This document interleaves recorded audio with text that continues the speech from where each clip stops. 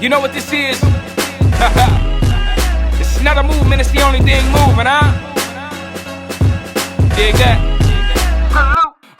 Okay, oh yes, the war is coming. The gap keep growing with the wealthy and the slumming. So I use my mental riches for digits to keep them running till my chips come around. Yo, like a Funyun, bite down, get a taste of that Midwest flavor. While I'm at it, let Mr. Rogers just shout out to my neighbors. I ain't mention the journal when I say wake up, get paper. Not talking about Kobe when they mention a great Laker. All right, ladies and gentlemen, we bite with another episode of Unlabeled, the podcast. I'm your illustrious host, Jerome Williams. I got my good brother, Montre Brown, in the building. How you feeling this week, brother? Brother, new setup. Oh, man, good, man. I'm feeling good, man. You know, I'm kind of having a 50-50 day, man. You know, that Colorado game did it to me. Oh, but yeah. The Huskers did win. I am in Nebraska, so it was a win-win for me. Hey, I was 38 hot, bro. I was like, forget everybody in Nebraska right now. I was 38. We had our Dion gear on too. We was in the black and brown. I had the Colorado hat on. My business partner had the cowboy hat on. His cousin was visiting from Milwaukee. He had the cowboy hat on and a Dion sneaker. We was ready. Yeah, dang, man. Yeah, that was. I was not expecting that kind of game, but the Huskers is good though. They're a good football team. Yeah, really good organization. Yeah. So I don't know if that was an indictment on Dion, or if that was more of an indictment on just, or if that was just more of a them being a better team. You know what I mean? I think it was both. Both of them. Yeah. Yeah. So you still think they got problems on the O-line? They're gonna need some more. Some bigger players. Okay. Yeah. All right, man. But we also got our good brother Unlabeled Varicose in the building. How you feeling this week, brother? Man, I'm in here good, man. We good, bro. I'm glad to be back. Yeah. We got he's a special guest. We got to have him on. And we did not plan on color coordinating our t-shirts either. So I don't want nobody to think that just happened. I was having audio issues, so I actually didn't have time to change at all. I just threw something on right quick.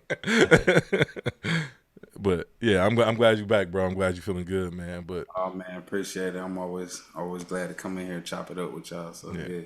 You watching football since you're balancing out daddy life? Man, not as much as I probably want to. You know, every now and then I find myself wanting to do it, but not really, man. I used to watch football a lot, but not so much anymore. Okay, yeah, we need deeper into it, man. One of the season openers was our Green Bay Packers. They played down there in Brazil. That energy was crazy. What'd you think about that, Trey? Oh man, that was phenomenal, real phenomenal. Another one got me, Unlabeled. Jordan Love was my quarterback on my fantasy team. He out 3 to 4 weeks, probably longer, man. So I'm over here struggling with this football. Definitely. It's exciting though. This actually one of the first years I'm kind of really excited about it. Yeah, I'm definitely been excited about the Packers, especially since Jordan Love had such a good season last year. I'm excited about the whole NFL. Actually, I'm definitely finna purchase this Red Zone package. I think I found a good deal on it, Trey, because I looked at the price on that. I was like half. Oh yeah. Did you know how much Red Zone was? I had no idea. That shit was $500. I was bro, why? NFL Sunday ticket with Red Zone is $4.79 retail. Oh no! What type of deal you? I hope that ain't the deal. No, that ain't the deal. I found something way better than that, though. I think we're gonna be able to make it work. Because I told you, I wish I'd have known you want the Sunday ticket, because I definitely could have did that early on when I kept seeing deals for it. But I think I found something that's well worth purchasing. So yeah, we're gonna do that. But yeah, I had no idea. I looked at that price. I'm like, man, I don't know if I like football that much. Right. No, I just take these games that they televise. Right. That's a fact. Yeah, I'll be on NFL, NBC. CBS, wherever Peacock, wherever this shit come on. Right, where is that? Yeah. Man, listen, dog. These number one, bro. Not to digress too much, but these cable prices are already ridiculous. So what the hell I look like paying $4.79 for a season of football? That's nuts. Right. Nah, that's insane. Yeah, but I think we in there though. But yeah, but back to the Packers though. Yeah, they took an L down. Who did they play, Trey? I forgot.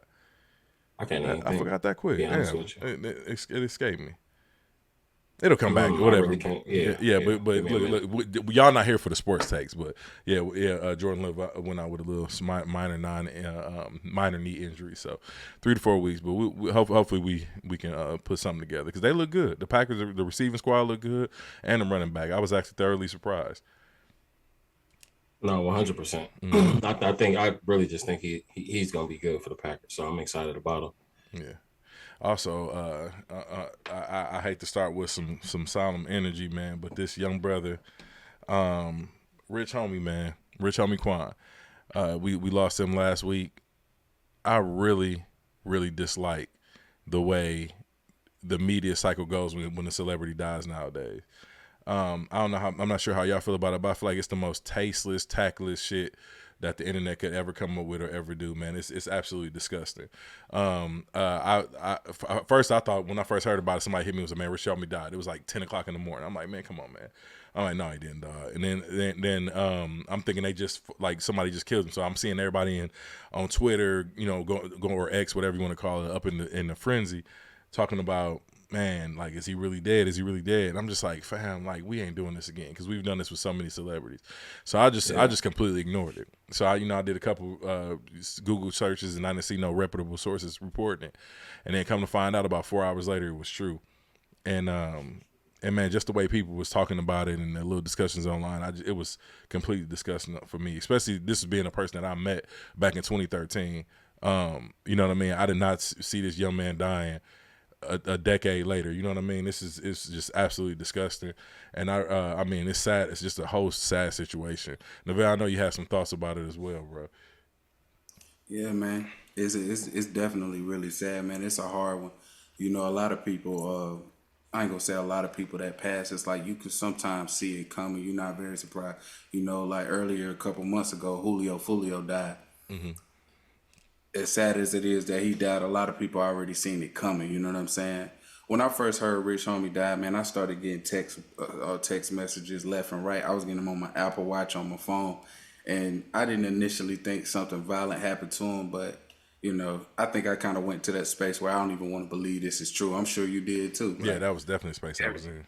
Yeah, everybody probably did that because he had a very warm personality. You know what I'm saying? Like, he was never really on no other stuff. But yeah, man, Rich Homie, R.I.P., rest in peace, brother. It's sad, man. This shit got to come to an end as far as like the system and the whirlwind that we find ourselves in this music industry, man. It's never ending, bro. It's a blender. I feel like it's a blender, man. Yeah. Chew them up, spit them out. Yeah, and it's really unfortunate because you see a lot of these record labels. This is what I mean. These conversations have been had over and over again about these record labels signing these artists and even kind of feeding into their vices. You know what I mean? Like getting them drugs. Like, you know what I mean? Just when they know these artists have problems, instead of getting them the help that they need to get out of these environments or away from these drugs and stuff that they abuse. And you know what I mean? Absolutely. Yeah, like I said, I'm not sure if this is the case with him, man. But like I said, if y'all not aware, he took allegedly he took a pill and it was laced or something. If I believe, I don't know what's all come out at this point. Because like I said, I like he's gone, so I really don't even really care the cause of death. It's just really unfortunate, but apparently it was laced and he OD'd from it. And even the way they described that his significant other found him was tragic and sad in itself. Yeah, and that lends to what you were saying a couple minutes ago about like the low nature of media companies because for TMZ to pay, I heard they paid for those 911 tapes. They paid for them just to release them like that. Totally disregards the feelings of his children. First of all, his woman who he was with, his partner, they was in a steady relationship for 14 years from what I understand. So, it's totally disrespectful to the family. And I don't know I know it's money that motivates them to do stuff like that, but it got to be some threshold where you say, this is against the code, man. You don't pay for nobody 911 tapes and exploit their last moments, on Earth. Absolutely not. Yeah, I know Fabulous just had a rap line where he said, money ain't the root of all evil. He said it's attention now. You know what I mean? And that's exactly what it seemed like, because it seemed like anybody is willing to do anything and have any kind of discussion about death and just anything. You know what I'm saying? It's just uncouth. You know what I mean? And it's just like we just completely lack decorum. Yeah, man. Yeah. I was watching an interview earlier with Rich Homie. I believe it was Math Hopper interview, and he was just talking about it. His experience with drugs. He spoke candidly about it, and he was just talking about how when Type of Way came out, he didn't even drink. You know, he didn't drink. He didn't have any habits. All of these things developed since Type of Way came out. So that just goes to show, like, he described it, and it's of course a routine I've seen up close and personal before. You know, he's talking about how he wake up in the morning and he got to take Molly just to use the bathroom. You know what I'm saying? It's like it's more regular than a cup of coffee. You gonna wake up in the morning and take something, but this comes with the pressure of constantly performing, constantly recording, constantly being called on from media outlets, interviews, whatever. Man, these habits develop, and you know. Unfortunately, he couldn't shake them off, but man, we got to address it as a whole, because a lot of this has always existed in the music industry. It's not new. We can go back to Billie Holiday. You know what I'm saying? Yeah. We can go back 80 years and see the same thing was happening. It's like the artist stays doped up, and the middlemen. I always say the middlemen are the biggest. They taking the largest portion from the music industry. The ones that put themselves adjacent to the artist. The artist is most of the time unknowing and out of their mind, but the middlemen are the ones that are, like you said earlier, they procuring the drugs. You know what I'm saying? They procuring the drugs and making sure it's everywhere that the artist is at. And here we go. You know, Rich Homie is gone within 10 years, really 11 years of him even surfacing, and we knowing who he is and recognizing him on a global stage as a pop star, like superstar artist. He out of here, man. So, Yeah, man. Prayers to his family too. That's hard. Yeah, definitely. That's tough. Definitely That's thoughts tough. and prayer.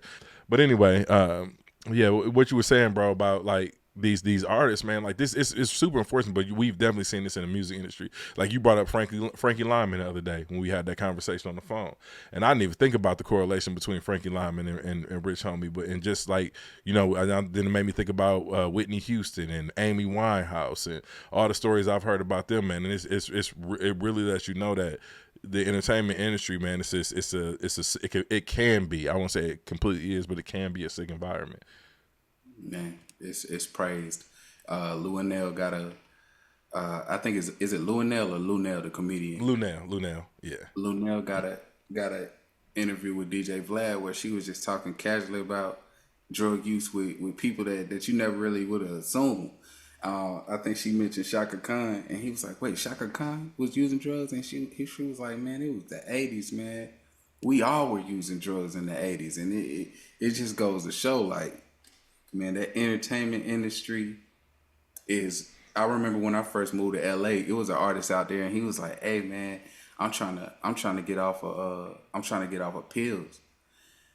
He was like, "It's harder when I go in the studio because the label I'm signed to, they be keeping the pills in the studio." And I was like, "Well, if they know you're trying to quit the pills, why would they have them there?" And he was like, "Well, they don't want me to quit the pills. They want me to keep doing the same thing." But he was telling me straight up, and I was watching him go through withdrawals. We were riding through Hollywood, and he in the back seat, curled over, trying to fight off these withdrawals. But he's trying to stay away from his label because every time he goes around them, they're like, "Hey, I got what you like, right?" You know what I'm saying? We already got him. I just couldn't wrap my head around it at the time, but since then I've seen it so many times. It's a sick environment, man. I can't say that enough, but I'm not gonna keep repeating that part. I'm gonna stress it because I feel like even through his music, Rich Homie, we all casualize drug use a lot, and it's like it's cool until it ain't. You know what I'm saying? It's cool until it's not anymore. It's cool until he's actually gone. But when you go back and process the music that he put out, it was all types of drug use laced in the music. So at some point, we're gonna have to address it in its entirety so that we can just move to a better place as a culture. Mm-hmm. And I think that's why these conversations is important, so we can kind of inform and get there, because a lot of these kids don't know what they signed up for. And think like 34. I'm 41. Like 34, bro. To me, he's still a kid down there. You know what I'm saying? He still got a lot of maturation. It was still a lot of stuff that he ain't learned, didn't see, as famous as he was. You know what I mean? And and I think that's why these conversations are important, so we can touch the youth and we can touch people that's influent, that we have some influence over, and be like, you know what, hey, this ain't the route you want to go. Like, you know what I mean? You might think this is something that you want to be a part of, but it's not necessarily that. And that's why I love to have Neville on for these type of conversations, because he's been a part of the music industry. You know what I mean? He's been signed at the highest levels. He's seen pretty much everything, so he can speak. He's definitely speaking from experience when it comes to these things. It's not just somebody talking from the outside looking in. You know what I mean? Absolutely, man. Go ahead, Trey. No, I wanted to ask Novell a question. Do you think just even you having that experience with different labels and actually understanding how it works, does that make it important for artists to really try to push that independent as far as their music, and not really trying to mess with big corporations or big labels and things like that? Well, first of all, I say as a man, you know, we are responsible for what we do. So anything I've ever done, I'm responsible for. That doesn't mean that the label or surrounding entities don't create pressure. Sometimes it's not a label. He said in the interview, and quote me, disregard if I'm wrong, but I believe he said it was a family member who gave him it for the first time. I know with me, first time I had a family member, or, you know, a family member. I don't know if I want to put that in there, but either way, I'm just saying, you know, it's everywhere. So it's not the responsibility of the label. You can never fault the label 100%. But I do think that it is an artist's responsibility to separate what they do in their real life from their music, because just because you have a vice in real life doesn't mean that you can negate the reality that you are influencing many people who maybe haven't formed their own personal disciplines and their own decision-making processes and those things. It's not even just talking about children. I mean, I was wild until I was 27. I don't know what type they say. They say the male brain don't form until 27. When I turned 27, that was the last time I remotely drank and drove. You know what I'm saying? I ain't even played at all since then. So I know that for me, I turned into a different person maturity-wise when I turned 27. And I feel like it's some truth to that. So it ain't even just a matter of minors. It's young adults who fall in this impressionable phase who life could end. Man, if I sit here and think about all the artists that I know who died from pills, fake pills, like it's a lot of artists that never even made it to the Rich Homie phase, and you just get on Instagram one day and it's like, oh, he died in Houston. And I don't want to say anybody's name because I don't want to disparage their name or their family, but man, it was a popping artist from Winston-Salem, North Carolina. If you know him, you know him. He went to Texas one day. One of my favorite burgeoning artists, like he was about to blow, man. He went to Texas. The next day he's dead. I mean, I think this kid was 19 years old.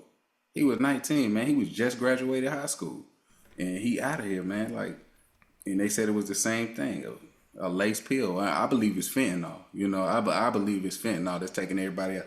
You know, they saying it's Coolio. You know, they saying Coolio was fentanyl too. Who else? It was a couple. The old buddy from The Wire that had the scar on his face. Trey, you watched The Wire. I never seen it, so you probably know who you're talking about. Was it Omar? Omar. That's right. Yeah, Mike. What was his real name? I can't think of his name. That was Mike something, right? Yeah, Michael something. I can't think of his name, but y'all know what we're talking about. Yeah, he passed from fentanyl too. Like, it's a lot of people that are quietly getting swept under the rug by this fentanyl epidemic, and we could ignore it. Which is why, you know, a lot of these politicians are talking about controlling the border, because they feel like it's a war being waged on our country with fentanyl. Like, fentanyl is going to wipe out more people than an actual war would. You know what I'm saying? It's going to be more people. It's more people that died from fentanyl than died in Iraq and Afghanistan. So it's definitely time to stay away from the pills, stay away from anything that's not a natural substance that you have to take. And if it ain't prescribed to you by a doctor, don't take it. Let me just go ahead on the record and say that. Yeah. Stay away. I definitely think that's a word to the wise. Like, definitely. So if you out there listening, man, like, yeah, definitely. I know it's a sickness, so it's kind of hard to do it, but man, try y'all best, man. Go seek some help. Get whatever counseling y'all may need or whatever to get off that shit, man. It's really, really unfortunate, man. But I'm gonna change the energy up in here a little bit, man. Let me play some shit. This is the first joint I heard from my mans and them. Yeah, man. And you know that Make That Money record, that was that joint. Silent Mike produced that one. Oh, I didn't know that. I'm gonna have to play that for my mans. Around the time Young Thug got the popping, it was just like they stopped messing with Rich Homie. It was like he just kind of fell off the map a little bit. And I was a fan. And I just always felt like he just kind of like did this. And I'm just talking about to the rest of the world. Like I wasn't hearing, you know what I mean? It was more so Young Thug is what I was hearing. You know what I mean? That's who I was hearing about in Rich Homie. It just felt like he kind of like went down, like the fans weren't kind of lifting him up no more. Yeah, and I don't know if y'all felt that way, but I felt like that though. That's exactly how I felt as well. Does this sound weird to y'all? Can y'all hear that? I don't think this app is working right, so let me see. Because this is going to piss me off. You got the vocal track only. Yeah, that's what I'm like, what the? You couldn't tell me shit when that came out, boy. I can tell you that. You couldn't tell me shit. That was my shit. I remember, man, listen, when I met him in 2013, bro, I heard that shit. I'm like, man, who is that? I'm like, who is that? And Quay, he said it next to me, and he got a real heavy Atlanta accent. He like, Quan. I'm like, what? He was like, Quan. I'm like, bro. I'm like, what? He's like, that's Rich Homie Quan. I'm like, bruh. I'm like, bro, I ain't never heard of dude. And then shortly after that, he got off stage. We was at Beer and Tacos at South by Southwest. Shortly after that, he got off stage, and I got to meet him and everything. But man, like I said, real cool dude, man. Like I said, we lost another one, man, and another one I don't think we fully appreciated in the scope that we should appreciate him in. But like I said, man, rest in peace, Rich Homie, man. Yeah, he definitely didn't get his appreciation. Like he even spoke about it while he was here, just like how, you know, so much attention comes when after somebody leave, you know, or after somebody dies. It's like you see all this project shooting up the charts right now. And the music that he released last year was actually really good, man. And I told my wife when it came out, I was like, man, you hear this? Like, he definitely has gotten better in the last 10 years. Like, it's sonically, his flow, his quality, his vocal quality, everything sounds like he's gotten better, in my personal opinion. But, you know, I look at the plays, and he got 800,000 plays versus 30 million. You know what I'm saying? It's crazy. He should have had that. Yeah, absolutely should have. Let me see if this makes this better. Give me 1 second, y'all. And the first time I heard Rich Homie Quan, and first time I heard a Young Thug, the person who was telling me about him referred to him as Rich Homie Quan with more energy. And I was like, ain't no way it's a Rich Homie Quan with more energy. But yeah. I think he might have been right by that when I heard it. That's what made me a Thug fan. But you know, that's how it was meant. They were so closely linked together. It's like they was like two peas in a pod at first. Yeah, let me see something like that. That part out, but I just was over here messing with some shit. But anyway, y'all. So, as I'm sure everybody know now, because this shit set the world on fire in like a matter of minutes. Kendrick Lamar is performing at the Super Bowl. Yeah, shit, that's big right there, man. That's big, big as the Super Bowl. Me and Drake back to back like that. Yeah, I think Kendrick might have heard that. Yeah, I think he might have heard that. Whose line was that? That was J. Cole on First Person Shooter. First Person Shooter. Big as the Super Bowl. Me and Drake back to back like yeah. I'm number you and hold on. I'll play. Hold on, I got it right here. Let me load it up. That was First Person Shooter. Super Bowl, yes sir. Kendrick, he being petty at this point. Man. Yeah, he 100%. Here we go right here. Is the what? Kendrick heard that shit. He 100% heard that shit, man. Listen, it's going to be fucking incredible, okay? I don't know if any of y'all have never seen Kendrick Lamar live, man. He's the best performer I've seen. Maybe Usher, Chris Brown, Beyonce, and then I'm putting, in this generation, Usher, Beyonce, actually, man, Usher, Beyonce, Chris Brown, Kendrick, he got to be up there. He ain't one of them rappers that go around on stage just grabbing his nuts. His production is always top tier. I've seen Kendrick since his braids was this long perform. Phenomenal performer, man. One of the best performers I've ever seen in my life. I've never seen Kanye perform. I wish I could have gotten the ability to see him perform, but I've never been to his show. I was too young when he was coming up and didn't have no money. So I'm pretty sure his shit is lit too, and Travis Scott as well.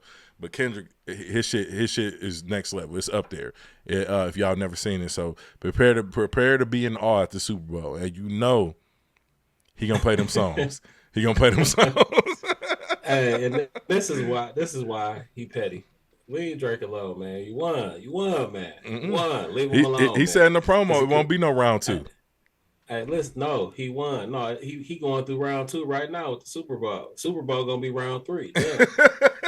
Because think about who watching the Super Bowl. Yeah. It's more so of the Drake fans, though. I'm just being honest. Yeah, Drake is a worldwide. You know mainstream what I mean? people. Why he's mainstream media. Yeah, that's who really gonna be watching that. And he gonna have them crip walking, bro. He gonna have him crip walking. He gonna have him crip. Yeah. Gonna put his hand out. It's gonna be an owl fly down from the top and land on it. No, but he gonna have it like right here. Yeah, it's gonna land right on his hand, right in the middle of the stage. Hey, dog, put the owl in the cage, right there in the center of the field. Hey, dog, if he put the owl out there, fam, that's gonna be next level petty. And I want to see if he do like an owl pinata like he did in the video. That's gonna be nuts. But dog, what y'all think? Drake just need to go ahead and get his CDLs, right? After the Super Bowl. He ain't really released no music since the thing. I mean, he got that joint with Sexy Red that came out, but no, he released 100 gigs. He got a couple, and I ain't gonna lie, the 100 gig joints, where he was just dropping all his videos, music. Huh? You talking about the videos? No, like the compilation of videos that he did. So I don't know how he dropped because I didn't go to the website and I didn't see the compilation of videos. But he got a new song with 21 Savage. That shit hard, and then he got another joint that's out that's hard. They both dope tracks, bro. But it's just the damage is done. Like, you know what I mean? Like, let me see if I can find the one, because the one joint is, I can't even think of the name of it, man. I think he'll survive it, man. You think he'll survive it? Yeah, because music is everything. Circadian like, Rhythm, this the joint. Here, let me play this joint real quick. Yeah. Yeah, that's the one I was talking about right there. That shit hard. I like that track, and I like the joint that they got with 21. So, but what you were saying now, you say you don't think it's over for him? Nah, I don't think it's over. I think he'll survive it, man. Quality music speaks volumes. I mean, look at R. Kelly, man. Like, can you imagine what would have happened with R. Kelly if his music wasn't that top tier level and he was just like some kind of medium artist who would have had all them allegations? You know, he wouldn't have survived that. But really, when you make quality music, I think he'll survive it. You know, I think you got to be at that level, at that R. Kelly, at that Drake level to survive some shit like that. Yeah, 100%. And I think he's gonna survive it too, though. I mean, he has a lot. Most of his. I don't think that his fan base is your deep hip hop fans. I think it's more mainstream. And if you think about even like your deep hip hop fans, even that is mostly black and brown. Look at the percentage of us that even live here. You know what I mean? It's very low. So I think he's still gonna be fine. You know what I mean? Yeah. Yeah, I think it'd be fine too. I just be talking shit about them getting CDs or whatever. We know what side you want. We know what side you want. I know I'm on the side of good music. I don't give a fuck about neither one of these niggas. I don't know these niggas personally. Hey, and Neville, just so you know too, though, I'm a Drake fan and a Kendrick fan. And even when it first happened, I told him, I said, no, he not gonna beat Kendrick. but I told him, I said, but the Drake I know, I said he gonna respond. And that first round, he was like, no, he ain't gonna respond. I didn't think he would. But I said no. I'm a fan of Drake, his music. You know what I'm saying? So I said he gonna respond, and I was just happy he did respond. And he was just going back and forth. I thought it was phenomenal, really, like just that back and forth. But I never, not once, thought he was gonna beat Kendrick in the battle. Do y'all think he's personally bothered by all of this stuff? Like, you know, he be posting the nonchalant pictures. Do you think he's really unbothered? Like, I'm too rich to be caring about this shit, or do you think he really is like gonna be bothered sitting there watching? I think he's a halftime show before he got one. I think that he's trying to not be bothered. I think that he looking at his life and he really shouldn't be bothered. Right. But I think he bothered. I 100% think trying not to be. I think he's trying not to be bothered. Yeah, even as you should do. Yeah, because he keeps posting these pictures. He look like he losing weight. Then on top of that, if you look at the most recent pictures he posted with Diddy's daughters, they all under 7. They all 17-year-olds. His 2 twin daughters. I don't know how old the other daughter is, but his 2 twin daughters are 17 years old, and he posted a picture with them. Like, I'm out here. Like, y'all know I ain't really do that shit, bro. That's not helping you beat these allegations. It's actually making you look a lot worse. Issue altercation with Diddy too. Yeah, that was So I think one of Diddy, no, that was T.I. got it, peed on his leg. I think Diddy slapped him. Yeah, Diddy supposedly slapped him. So I'm trying to figure out how you get to the point where you're taking a picture with the man's daughters, like. And the underage at that, by the way. I think it was more so they saw him and they were fans, bro. They're kids. They don't get into that type of shit. Montre, if you were accused of PDF filing somebody, would you be out here taking pictures with minors? Well, no, I'm I mean, even if it wasn't true, not. that's what I'm saying. I just know that we live in this media world, so like, I think a lot of times, a lot of stuff just don't be what we hearing or what we really think. Right. So yeah, I get it. What I'm saying is like, I don't know. So that really could have just been a picture of we fans. Hey, Drake, can we get a picture? You know what I'm saying? So, I try not to like look at it like that until I really understand, and it comes out that hey, no, he really did this shit. You know what I'm saying? So, and this is when I do this. Hey, no, like, bro, no, y'all not catching me up, fam. Like, no, like it's no. I wouldn't have did that. Yeah, no, absolutely. That's what I'm saying. That's the question you asked. No, but that goes back to Neville. I'm gonna be honest with you. I still be trying to make tracks on Kendrick. Yeah, I still be going. Yeah, but that goes back to Neville point about him trying to look not bothered. Like you trying to not look not bothered, but this shit is making all the shit about you not taking care of your son. Then you go out there and you take 1 million pictures with your son. You know what I'm saying? Then the shit with the young girl. Now you write up with the young girls. Like that shit look funny, and it's giving, as the women say, it's giving bothered. But it really is to me. You know what I mean? But you know, it is what it is. Like I said, I'd have definitely wouldn't have took them pictures because you know they're gonna post them somewhere. I'm Drake. They're gonna post these pictures. So that's why I wouldn't have took them. I agree. I 100% agree. Yeah. All right, y'all. But besides that, Kendrick's back and he's gonna terrorize this man at the Super Bowl. This should be something very, very interesting. Hey, what track do you want to hear that you're gonna be disappointed if you don't hear? Not to tell you the truth, bro. I just want to hear Kendrick do a good set list. I don't even think it should. To me, because I told you, I like when this shit first started off, I hated the fact that this became synonymous with Drake. What I'm hoping is that he gonna give us his track, because I've seen all his shows. His set list from his shows is always A1 solid, and he does a good job of mixing in new content with his whole entire catalog. So what I'm hoping to hear, to say the guys on the truth, I'm hoping we get some music before the Super Bowl, like that track that him baby, I'm a baby, that shit that he was playing before that. I want to hear that in its entirety, and I want to and of course I want to hear They Not Like Us, because I just want to hear the bands play it, because you know he's gonna come out with a college band playing that shit, and it's gonna sound incredible. That's all I want to hear.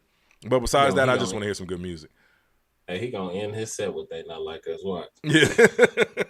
That's how he gonna punch out. Yeah. Look, he either gonna punch in or punch out with that. Yeah. But I think it'd be corny if he tried to do some shit like what he did at the Amazon live stream where he did the Euphoria, and then he went into all these different tracks. I mean, he can go into the same kind of set list, but we done seen it already, and people kind of. Everybody watch that shit, so people know what that set list look like. So I think it'd be kind of corny to recreate that. That's why I'm hoping we get some new music, and I'm hoping that he don't just kind of make this a Drake diss fest. Just give us They Not Like Us as the last track. Do whatever you do before that, and it's gonna be lit. You know what I'm saying? So yeah. So that's all I want to see. But I definitely don't want to see no corny shit. Don't make it all about this nigga. Yeah, I think it's his moment. It's too big a moment for him to do that. He gonna perform his classics. Like I want to hear Money Trees. I want to see J Rock come out. Even if J Rock don't come out, I want to see them classics that they were my favorite. They really impacted me when they came out. And now I know everybody watching this. You know what I'm saying? I want him to perform those joints. Classics. He gotta bring Black Hippie out. He got to. It ain't no other way around it, fam. It was almost like what we expected from Drake. Like you got to bring M, you got to bring 50, you got to bring. I don't think too many people was expecting Mary J. Blige, but of course she was on the bill already. You know what I'm saying? But there's certain acts that you expect Dre to bring out when it comes to like a legacy performance of Dre's. Like it got to be 50, it got to be M, it got to be Snoop. You know what I'm saying? Pac was alive, it would have been Pac, but you know what I mean? Like, but I really want to see him bring Black Hippie. I didn't even think about that, so that would be amazing for him to bring them out. Yeah, that'd be fire. So, but outside of that, that's all I'm looking forward to. But yeah, I need him. But I'm biased when it comes to this song because it's one of my favorite Kendrick songs, though. But if I can hear that beat drop when he come out, count me out. yeah, Count Me Out is so He he fire. I don't he think just got to throw that. He got to throw it in there for me. But I don't think that that's the right place where he would bring no, that out. I You don't know think what I so mean? either. Yeah. That's one of my But favorite I am songs. biased. Well, I mean, it could be. He could play into the theme of like football, so you could be right about that. And you know, with the Super Bowl, they don't play the whole song. Right. They give you kind of snippets, and they be just in and out with it. You know what I mean? So Yeah, Count Me Out was a sleeper, man. A lot of people didn't really, they ain't pay attention to it. That song was so incredible, man. I heard that song. I was at work. I was at work in the factory, bro. That shit down there, I almost fucked the machine up because I just zoned out. I was zoned out, man. Yeah, Count Me Out is Count Me Out, Rich Spirit, and Mr. Morale. Is my three favorite tracks from that last album. yeah. I count me out. I might have played that so many times. Man, I've never heard a rapper like give me a song that I could just relate to so much, like just so much, like you know, almost everything he was saying. You know what I mean? Yeah, like, yeah. That song was phenomenal. Man, imagine if he came out to If Pyrus and Cribs. Oh, got him Got on. Man, if he come out with that shit, man, that crowd gonna go crazy, man. Oh my goodness, man! I can't wait for this shit. I wish we could just fast forward to February now because I'm looking forward to this shit, man. Oh man, but in other news, football related, Tyreek Hill got pulled over on his way to the game. Man, what was y'all optics on that? How did y'all feel about Tyreek Hill getting pulled over? Like that shit was nuts. It looked crazy, and then them trying to detain him looked even more crazy. I'll let Unlabeled go because I got my suspicions. I mean, I just didn't understand why he was on the ground like that and why it needed. I mean, they didn't look like they were like abusing him, like excessive use of force. It was excessive use of force because I mean he didn't appear to be running or anything like that. Like I just don't understand what he did that warranted that type of arrest to get some handcuffs on him, even if you were going to detain him, which I don't think that was warranted in that situation. Like why he had to be on the ground on his stomach, being restrained that way. That was the only thing I thought, but I don't really have that much information, so maybe y'all can shed more light on the situation for me. Yeah, they ain't give much out. They just said he was pulled over for a traffic violation. I mean, the only thing I can think of was maybe reckless driving because it looked like a nice vehicle. You know what I'm saying? That's the only thing I could think of, but outside of that, they didn't give much at all. So was he late to the game? Nah, he made it, and they won too. They got that dub.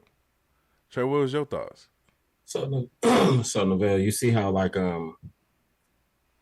Rome seemed a little he seemed a little upset because I'm gonna be honest with you. I rolled over this morning. That's the first thing I saw. I looked at my fiance and said, I'm playing Rome in fantasy this week. So he done called somebody told him that Tyreek Evans had drugs. That was my number one draft pick. Listen, I don't know. You gotta tell me something different. Ain't no way. No, the way they handling me there, like it ain't. I said, whoa, y'all, we in Miami. This your star receipt. Like I know y'all know who he is. Like you get what I'm saying? It didn't make no sense. So I'm blaming it on Rome. To be honest with you. I know you made that call. You made some type of call. I ain't made no call. I wouldn't even do that to you, bro. Listen, you know how I am when it comes to competition, bro. I want to see both teams at their highest peak. Like, bro, if you beat me and y'all got y'all best players and we got our best and we both came out here and gave our A game, you beat me, fam. That's how I like to compete. I don't want to see a team best player go down. You know what I'm saying? And then it's like, oh, you won because Tyreek Hill was out the game. You know what I mean? Like, that's your corny to me. So, absolutely. I got to talk shit. No, you good. You good. You good. I was, it bothered me because that's just not how that works. Like, we in Miami, y'all know who he is. He on his way to the game. Like, you would think that the city they getting prepared for that. You know what I mean? Like, everybody is up. They ready on this first game of the season. So, I would really like to see, like, how that escalated. If we can see a video of how that escalated, because that don't even make sense. Yeah. I can't wrap there's no logic in how they really had him on the ground and all of that. Like that's crazy. Yeah, definitely. It's it's gonna probably be some footage come out, but we'll probably never hear that full story. You know how the NFL like to sweep shit under the rug. We probably won't hear it until he come out with a damn PED scandal a few years down the line or some shit. Like we'll probably never know exactly what transpired. It's them definitely very, very unfortunate situation. Nah, But I saw that celebration though, where he had his teammate put his hands behind his back. Y'all saw that? oh no, I didn't see Yeah, that. I don't watch the game. yeah. Yeah, I saw it right before we got off. Yeah. yeah. Yeah, That's I was fire. like, man, when they start letting them do that again, because they used to give them fines for doing stuff like that, didn't? Oh, they took it off. I want to say 2 or 3 years ago, so now they can celebrate. Yeah. Okay, I like that. That's fire, and that's one hell of a celebration too. Oh, yeah, amped up too. Yeah, man, that shit's fire though. But in other news, Dame Dash. So the other day, Dame Dash went live and decided to talk about he was going to want to work with 50 Cent. He said as long as 50 Cent proved, quote unquote, that he was a boss and that he could do this, and he talked about all the different things he wanted to do with 50 Cent, all of which things those are things that 50 Cent is 100% doing already. So I don't know why Dame Dash would even mention that. But like in the middle of him talking, his dentures fell out, which is extremely embarrassing. It was bad. It was bad, man. It was bad. I've never I don't know if y'all ever talked to somebody with dentures and their dentures fall out. The way it sounds, we knew exactly what happened without even seeing a still of it. But later on, somebody captured the exact frame where his teeth was missing. Because I don't know if y'all remember, about a decade ago, he was walking around with the front tooth missing. Y'all remember that? Nah, I don't remember that. Yeah, he was walking around. He was at a beat. I remember because this is when people were still not working with him, and he was going around talking about Lee Daniels still owed him money and all that. He was missing his front tooth, and he said he pulled it out to make itself ugly. That was what he said, quote unquote, which we all knew was bullshit. But he said he pulled it out to make itself ugly. So now I was wondering how, a few years later he ended up with all his teeth looking good again, and I didn't know they was dentures, but the dentures falling out, and on top of you selling your share of Rockefeller, on top of everybody saying you broke, the lawyers coming out saying, no, don't believe this guy. He's already broke. This shit look crazy. This shit look absolutely crazy, man. Bro, this is one of the moments where it's like, damn, one of my heroes have fallen. You know what I'm saying? Because Dame Dash was one of them niggas back in the day. Yeah, man. It's crazy, and I think a large part of it, how he's being treated and how he's being viewed by people, is how he treated other people along his road. It's like, man, you know that Charlemagne interview gonna be? It was DJ Envy he was going at. When he was talking about my son got cookies. Yeah, exactly. Yeah, you can't disrespect people, man, and then be in a situation like this later on, because everybody ain't gonna have a lot of sympathy for you. People are gonna have limited I think for your situation. I think Dame kind of forgot who really run this world, who really run the music industry and things like that. And as much as I loved him, I love that disrespectful shit back in the day. Like, I loved it. I loved it. He was black, proud, unapologetic. I loved it. But you kind of see how Jay-Z did. He was coach. He did business until he got to that point where now I don't need y'all. Now I'm gonna do what y'all. Now I'm finna give you this real, because y'all can never touch me. Dame was at that point where you could be touched as far as that industry and thing. He been blackballed for a long time. To be honest with you, yeah. Because you remember the Backstage documentary? Yeah, man, he used to be going in, like he just didn't care, man. Like the way he used to treat them execs and all that. Oh man, he used to go in. But I loved it back then. But I just, I know that has a lot to do with his downfall. Yeah, man, it's crazy that both of y'all kind of spoke on like the way he treated other people, because like honestly, that was one thing I was extremely proud of that as well. Like because he was like exec, if you ain't do right by him, he was spazzing on you, much like Kanye. That's where you got that same kind of energy from. Him and Dame got that same kind of energy.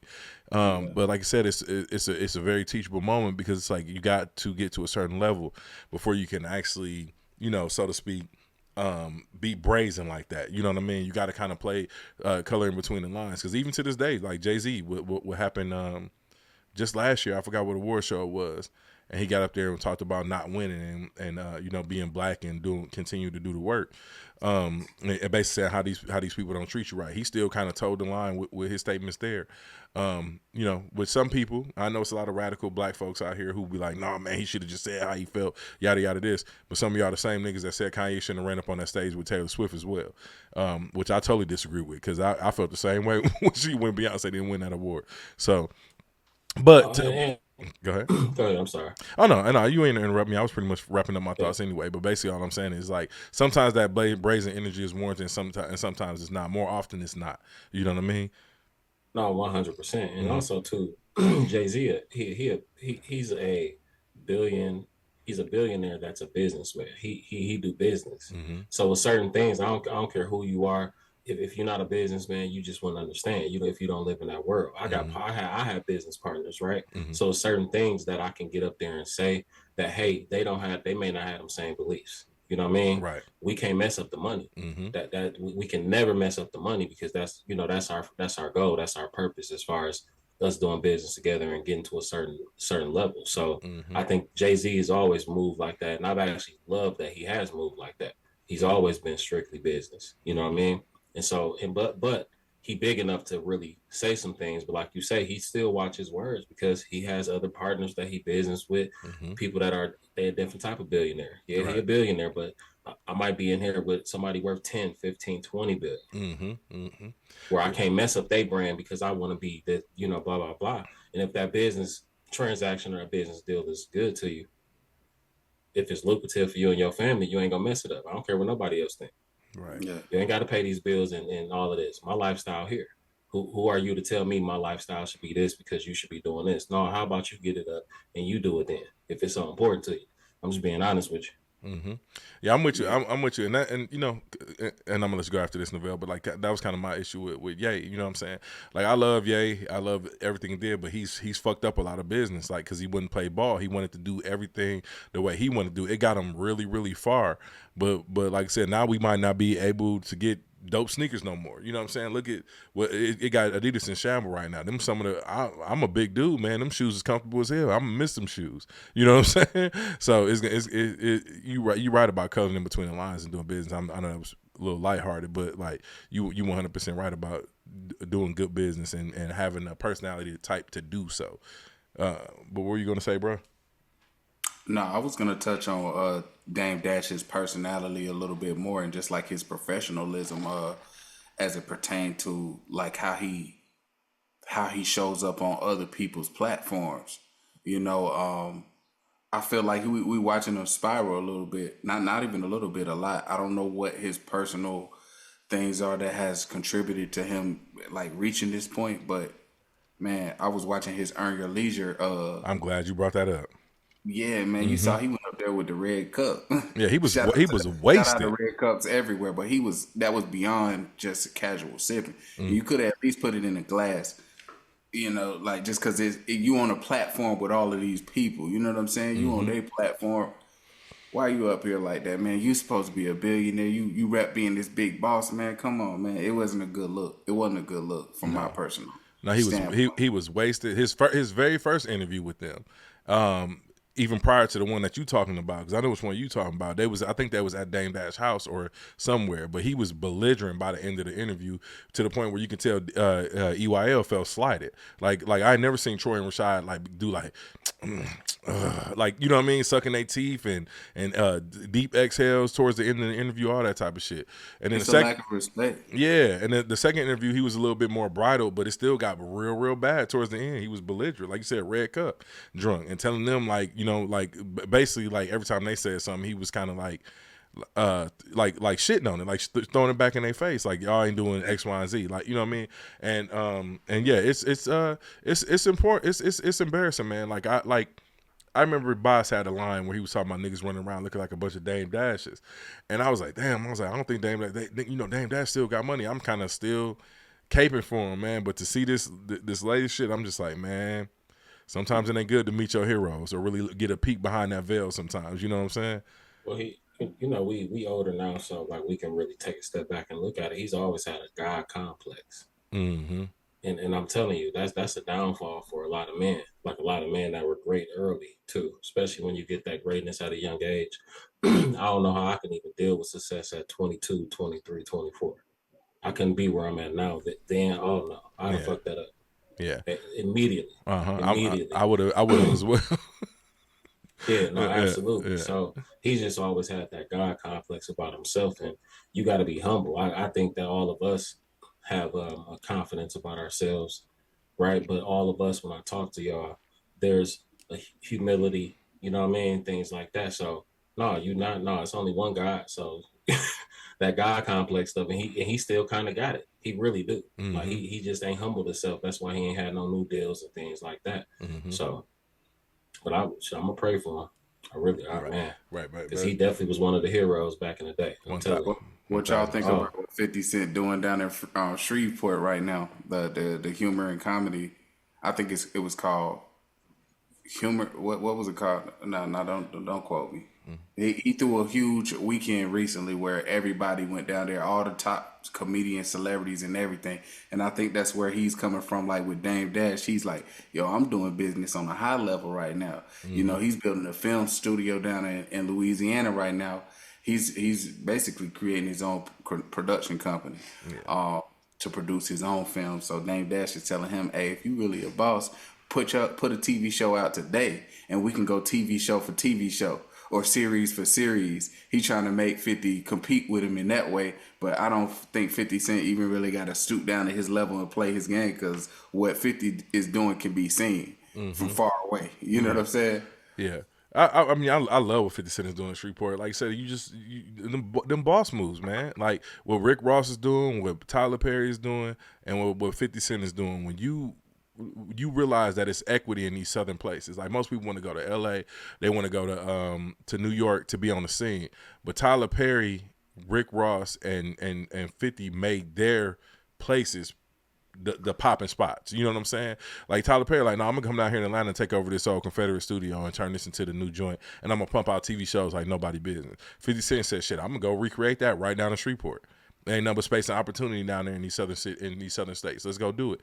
Because I'm in Austin. Everything that 50 Cent and Tyler Perry is doing, I watch white billionaires come right in Austin and do the exact same things. I watch other corporations that's worth trillions of dollars come and do the same thing. Samsung brought their ass right down here to Austin, well, right outside of Austin and Taylor. You know what I'm saying? Joe Rogan brought his studio right down here to Texas. Google got a headquarters down here. Apple got a headquarters down here. You know, Dell been here. Dell been here for a few decades now. You know what I'm saying? So when you pay attention to money moves, you can kind of recreate that. And to the trade talking point earlier about doing good business. Sometimes you got to humble yourself. You know, you can't have that God complex and be shitting on people and running up in these corporate offices talking any type of way. You know what I mean? We talk a certain way on here because this is our platform. And we know the audience that we're trying to reach. But also the way we maneuver in real life is completely different. You know what I mean? So. But yeah, I like it. I like what 50 is. I like what 50 is doing. I like what Tyler Perry is doing, and I like what Ross is doing. If you're unaware, Ross with his crib, he got cattle and all type of shit going on. Not to mention his business ethics with Wingstop. Wingstop. Thank you with Wingstop. You know what I mean? Everybody I think he owns a portion of Ethica too. Ethica, yeah. So he do good business as well. You know what I'm saying? So like they ain't the only ones. You know, Nas is a good venture capitalist. We talked about Chameleonaire a little while back. It's a lot of good venture capitalists out here, and that's coming from the hip hop world because they learning the business. They being in the right groups. You know what I mean? So that's my thoughts on that. But yeah, definitely. Now, as far as what you're saying about Dame Dash 50 stooping down to Dame Dash level, it's not even a comparison. I can go make a TV show right now. I ain't gonna be nowhere near as good as Power was. You know what I'm saying? Maybe a little bit better writing, but it ain't gonna be produced like that. You know what I'm saying? So. And he's figured he's cracked the code. They say he went and hung out with Tyler Perry for some time, and Tyler Perry really taught him some things that he's putting into practice now. So I thought it was crazy that he's got all of these people to fly out, clear their schedules, and go down there for the Humor and Harmony. That's what it's called, Humor and Harmony weekend. That was crazy to me because I've been to Louisiana. I lived in Louisiana, man. It's pretty remote down there. So for all of these people to go down to Shreveport, that shows the level of influence. And I think it's one of the dopest moves I've seen in a long time, man. That part, like I said, I didn't even know that he talked to Tyler Perry, but you can see it. You can see the influence. You can see the moves. You know what I'm saying? So, like I said, it's when you in the South, you know, people look at it like you said, it's remote, but not if I bring the shit here. Look what Ye did with Wyoming. Everybody was in the middle of a fucking ranch kicking it. You know what I'm saying? Bring the cameras here. Now 50 is doing the same thing. Like, you know what I mean? Like you can, well, if you got that kind of power and influence, you can definitely make what we deem remote or not popping. You can make it cracking. You know what I mean? You got to bring it. No, and that's why I don't really I kind of I kind of scour a little bit when people like talk shit about Tyler Perry and things like that. It's just like, no, I'm just sorry. I'm watching. I look at what he do for the community. I look at what he does, the things he does, like you just said, down in Austin. Oh, I'm seeing billionaires, trillionaires come down here and do this all the time, and he doing that for his people, our people. So I don't. That's one person that I don't care about your personal life, anything like that. I'm watching what you're doing. He feeding people. I'm sorry. Yeah. Yes, sir. Yeah. Tyler Perry, just even how late he came into his success and how he was able to scale it to what it is. I'm not sure if he's still involved in Georgia Power right now, but at one point it was a rumor going around that he owned a large majority of Georgia Power, the power company. Wow. And then he purchased a certain amount of East Point, which is an area in Atlanta. That's where he built, but even before he built his studio, it was the word whispers was going around of how much of East Point he owned. People like, yeah, Tyler Perry owned the whole south side of Atlanta because he bought so much land, and then the film studio has probably paid for the land so many times over just by building that film studio and pumping all of these films and series out. Whatever he paid for the land has been made back, I'm sure, so many times over. So And this what I'll be talking about learning the game. Just one real caveat before we wrap it up and get up out of here. But this what I'll be talking about the game. Like, and I hate to say it, but our counterparts have been doing this for a while, man. They it's this thing called heirs property, right? Like where people used to leave. Y'all probably heard me bringing this up on the show before, but where people used to leave land or a house into their family name, right? And what happens is when you do that, right, you leave it to nobody, essentially. You know what I'm saying? It's just in a family name. And that allows people to come up and buy stuff around you and have you landlocked to where you definitely got to sell your portion of your land or whatever the case may be. But y'all should look up heirs property. It's a lot of YouTube documentaries, and they just kind of show you how where black people didn't leave a portion of land to either a trust, or they just left it to one person, or they didn't leave it to one person or a trust. They just left it in their family name. And it was like, okay, this family member died off. This family member don't want nothing to do with it. So here comes, I'll just use a shell company like I'll just say KB Homes. Like the KB Homes come in and they'll buy up all the land around this person, and now you just got this little bitty portion of land. You can't even get plumbing to it because somebody else owned the land all around you. So now you either forced to sell or you landlocked. You know what I mean? But that's all learning the game. Tyler Perry did the smart thing. He bought up everything around where he wanted to own, and now we see what came to fruition out of that. You know what I mean? So it's all about learning the game. Yeah, man. And not to go back too far in this conversation, but I really hope that Rich Homie had his estate and sale, because that's a whole nother topic that we probably gonna have to touch on at another time.